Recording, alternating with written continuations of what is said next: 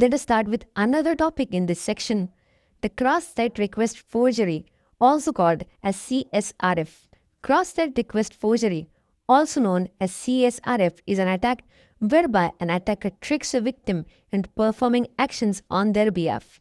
The impact of the attack depends on the level of permissions that the victim has. Such attacks take advantage of the fact that a website completely trusts a user once it can confirm that user is indeed who they say they are.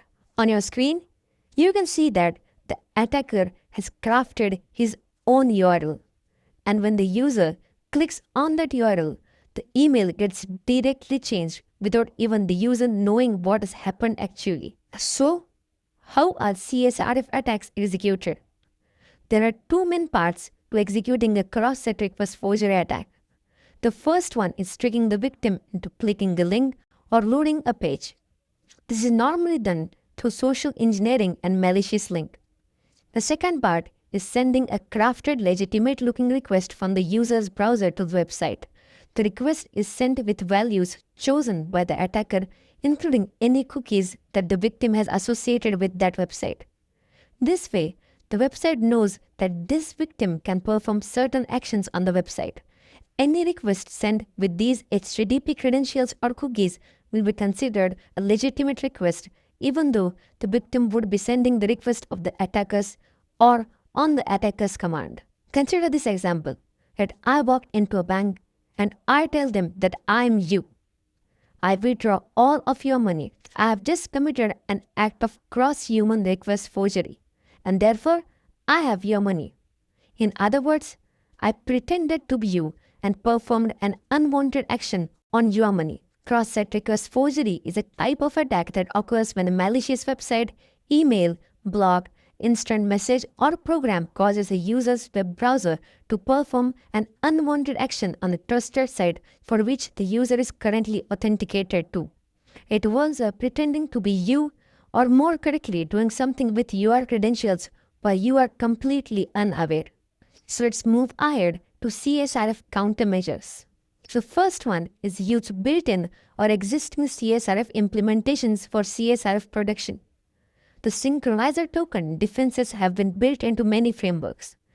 It is strongly recommended to research if the framework you are using has an option to achieve CSRF protection by default before trying to build your custom token generating system.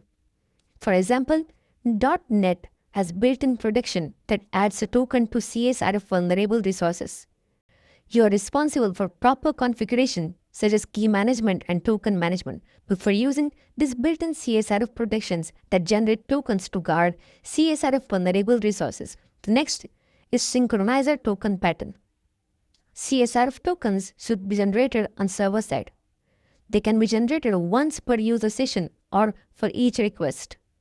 Per request, tokens are more secure than per sessions. For example, the back button browser capability is often hindered as the previous page may contain a token that is no longer valid. Interaction with this previous page will result in a CSRF false positive security event at the server side.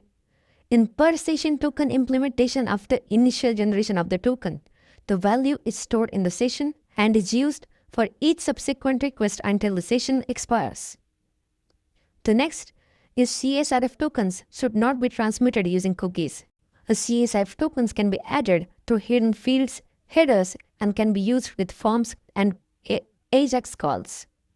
Make sure that the token is not leaked in the server logs or in the URL. The next is encryption-based token pattern. The encrypted token pattern leverages an encryption rather than comparison method of the token validation. It is most suitable for applications that do not want to maintain any state at the server side. And last is same-site cookie attribute.